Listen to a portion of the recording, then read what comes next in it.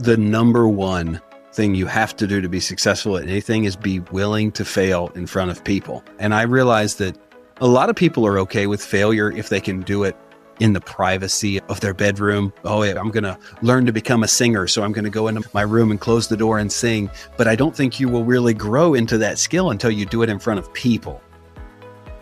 If you've ever caught yourself waiting until you feel ready before starting something new, you're not alone. The quote you just heard came from my very first podcast guest, Joel Young, and it gets to the heart of why so many people stay stuck. They're willing to practice in private, but hesitate when it's time to put themselves out there. Recently, I was learning to kiteboard, and my instructor made the same point. The only way to get better at anything is to be willing to fail, publicly. That conversation sent me back to my interview with Joel. When I re-listened to it, I was reminded how much practical insight was packed into that conversation. Not just about failing in public, but about starting where you are, building skill through repetition, and letting progress build over time. Joel began recording voiceovers in his closet with almost no experience. Over time, that led him to becoming one of Fiverr's all-time top earners and creating real financial freedom for his family. Now here's Joel.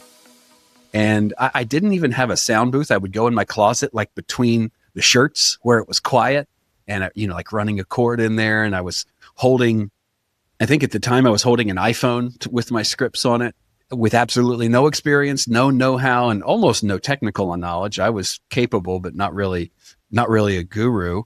I started doing voiceovers and listening back, I had zero idea what I was doing. I was cheesy. I was like, a 1950s radio announcer. I thought that was what everybody wanted.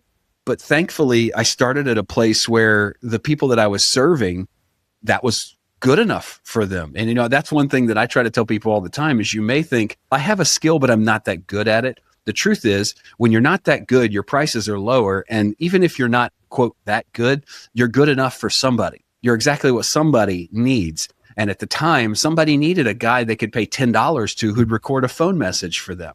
And you're stepping out, you're taking action, you're getting that experience. And so you probably saw, you look back and you go, oh my gosh, did I really sound like that? But then as you listen to your recordings, as they transition through the years, it becomes so much more polished, more experience.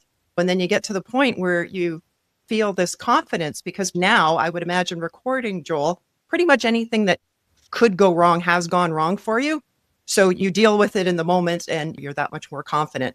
And that part when you said that you really weren't that good, you didn't know what you were doing, I almost feel like looping that and playing that a couple of times in this show, because so many people want to be able to just do it perfectly before they step out and act. But there's always going to be your first show, your first gig, whatever it is. The key is just to get out there and do it. And look where it's led you. So that's incredible. Well, being a musician will teach you that because the first shows you get to play are in front of nobody. I can remember playing a New Year's Eve show that was supposed to be huge. And the only two people in the audience were my wife. At the time, she was my girlfriend, and my brother's wife, who at the time was his girlfriend.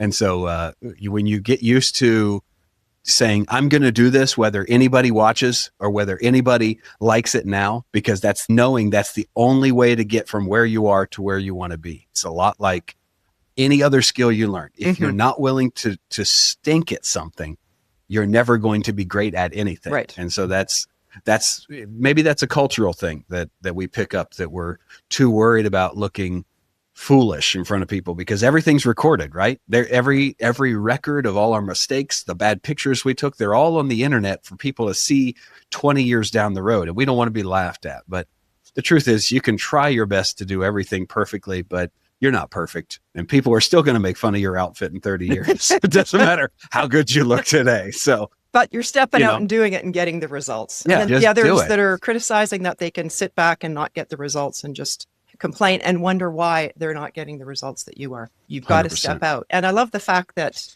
I guess it was almost like a little bit of a brainstorming session with your wife, it sounds like, that encouraged you to go forward.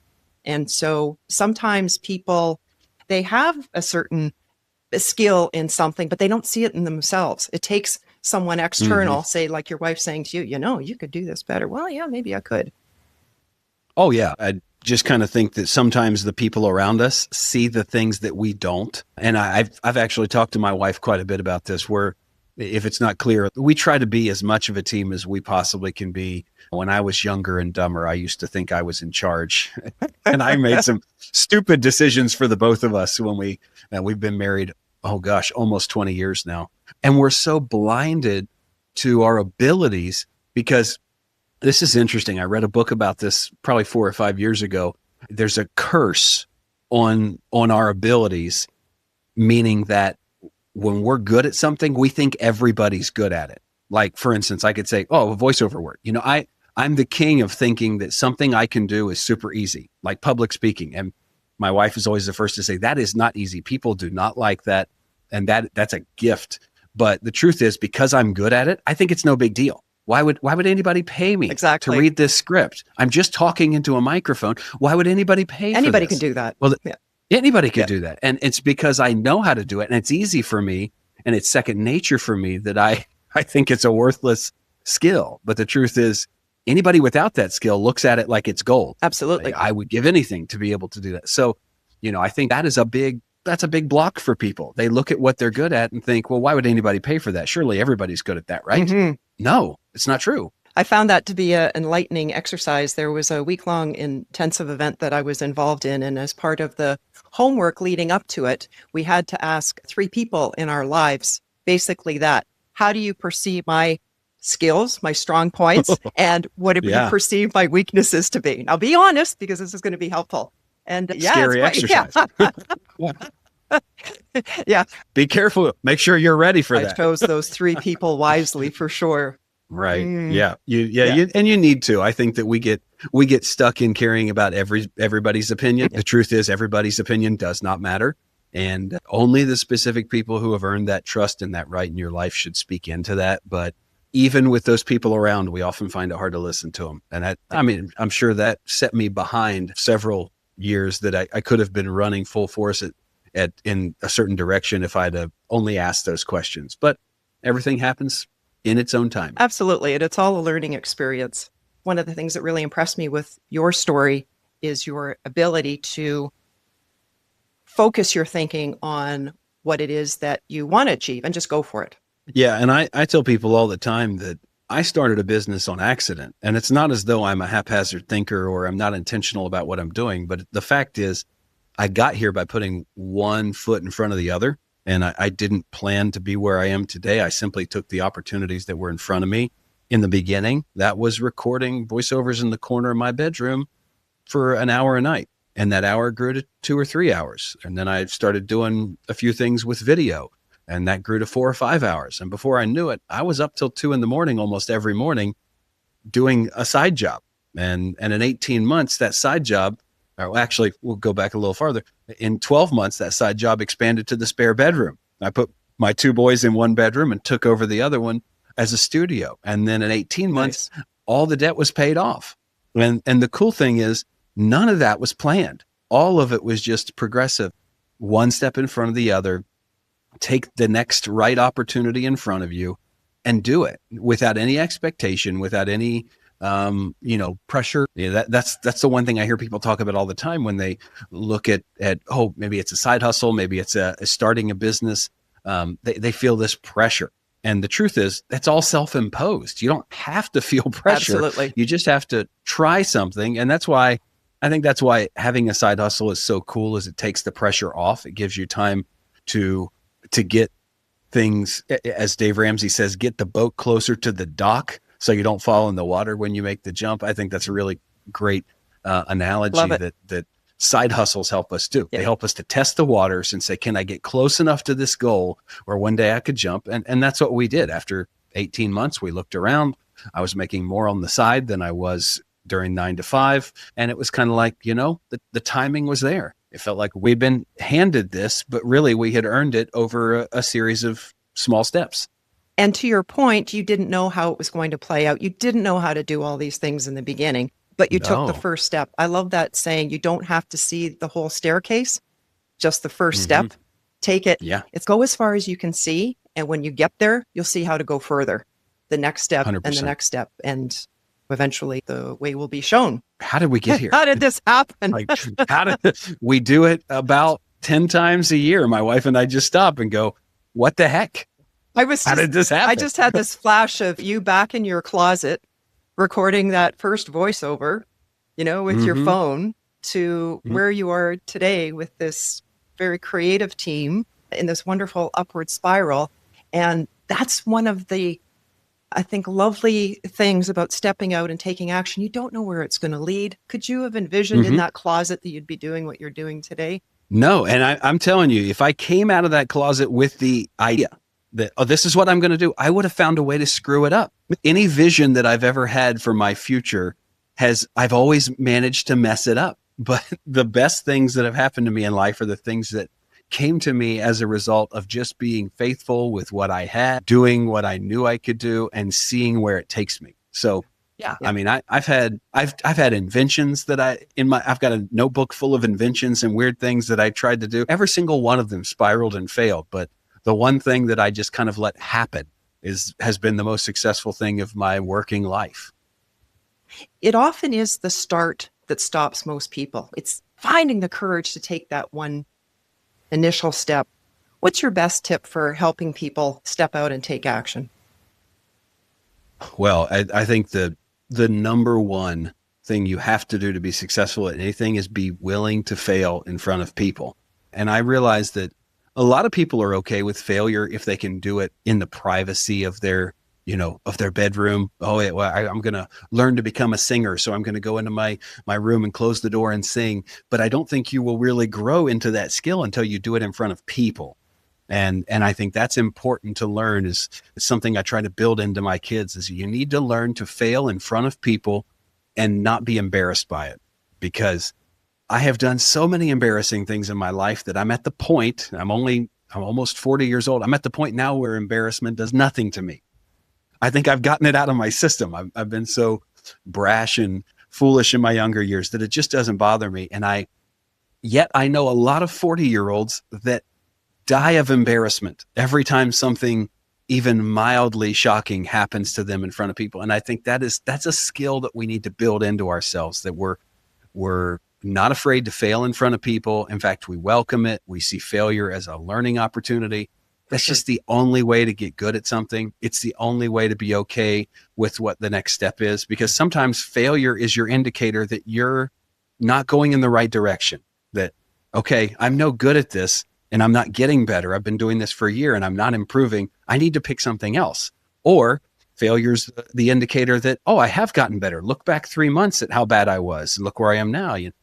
So every time we do something in front of people, public, whether it's on an Instagram story or on a YouTube channel, or you're doing it face to face with your friends and family, failure is the only way to know if you're going in the right direction. Yeah. And oftentimes it causes a person to take a path down another road that leads to something even greater. But had they not stepped out of their bedroom and just singing there, they would have never been exposed to that other person or that idea that leads them to the next step. Before you go, I want to drive home 3 key takeaways from my conversation with Joel. Number 1, he said he did anything he could to hustle, to bring in money, to keep the dream alive. Some of those ventures didn't work out. Please don't look at a side hustle that didn't pan out for you as a failure. Rather, treat it as a learning experience. It may sound cliche, and maybe you've heard it before, but ask yourself, what would you do differently next time? Maybe it wasn't a fit for your skill or your passions. Maybe it caused you to be stuck in front of a computer for endless hours, and that's just not you. You're more of a MacGyver type that could fix anything. And you'd be much happier scouring flea markets and garage sales to buy low, fix, and resell stuff. These learning experiences we have provide us deeper insights as to what we want and what we don't want. Number 2, when you choose to spend time on your side hustle, it can feel like you're giving up something. A much more empowering way to think about it is this. A, keep in mind you are at choice. Therefore, B, you're choosing to work on the side hustle in lieu of the other thing. So it's a trade. You're letting go of something of a lower nature to receive something of a higher nature. Years ago, I decided that I would become financially free. To me, that means there's enough passive income coming in to pay for my lifestyle so that I'm working because I want to, not because I have to. To accomplish that, one of the things I did was take a look at where I was spending my money and assess the wisdom of those spends. One of those spends was on lattes. When I took a hard look at it, I realized that instead of having those X number of lattes per week, I would much rather take that money and put it towards something that it's going to cause me to be more financially free. That gave me the ability to then make a conscious choice to forego the lattes and instead put that money in my financial freedom fund, because watching that grow was way cool and the lack of a latte was soon forgotten. But hey, full disclosure, some days I opted for and needed that double espresso. But remember, it's a trade. And lastly, number 3, you've got to start where you're at. Of course, you'll do the necessary prep work that your side hustle requires. You'll study and practice and gain advice from mentors, coaches, whatever it is you need to do. But there's a point where you got to get out and execute. You're not going to do things perfectly or operate at your full potential first time out. If you try to wait till you think you're perfect, you'll never execute. When you watch any pro doing their job, remember that there was a first time for them too. But they kept putting themselves out there and practicing their craft until over time, they earned pro status. Joel mentioned that public speaking came easy to him. It was the exact opposite for me at the beginning of my career in delivering keynote presentations and seminars. I was terrified. I mean, absolutely terrified. But I wanted so much to share the content of what I was teaching. I had to persevere. I had to find a way. I actually recorded a video of one of my early presentations for the sole purpose of being able to review it after as a training for me. And seriously, I was horrified at what I saw. My performance was so bad, I couldn't watch the whole thing. I never did. I had seen enough. The short clip I did watch gave me lots to work on. So get out there and just do. Well, that's a wrap for today. If our chats are sparking your entrepreneurial spirit and providing valuable insights, consider showing your support by visiting sidehustlehero.com/support. That's where you can shoot me a virtual coffee. It's a real thing and a fun way to give the show a caffeinated thumbs up. Thank you so much. In the episode description, you'll find a link to the full show notes, which live at our website, sidehustlehero.com. If you're enjoying what you're seeing in this podcast, it would be so appreciated if you would take a moment and add your comment, share the episode, and please subscribe. It'll let others know that there's valuable content here to help them start and grow their side hustle. Thanks for watching, and hustle on.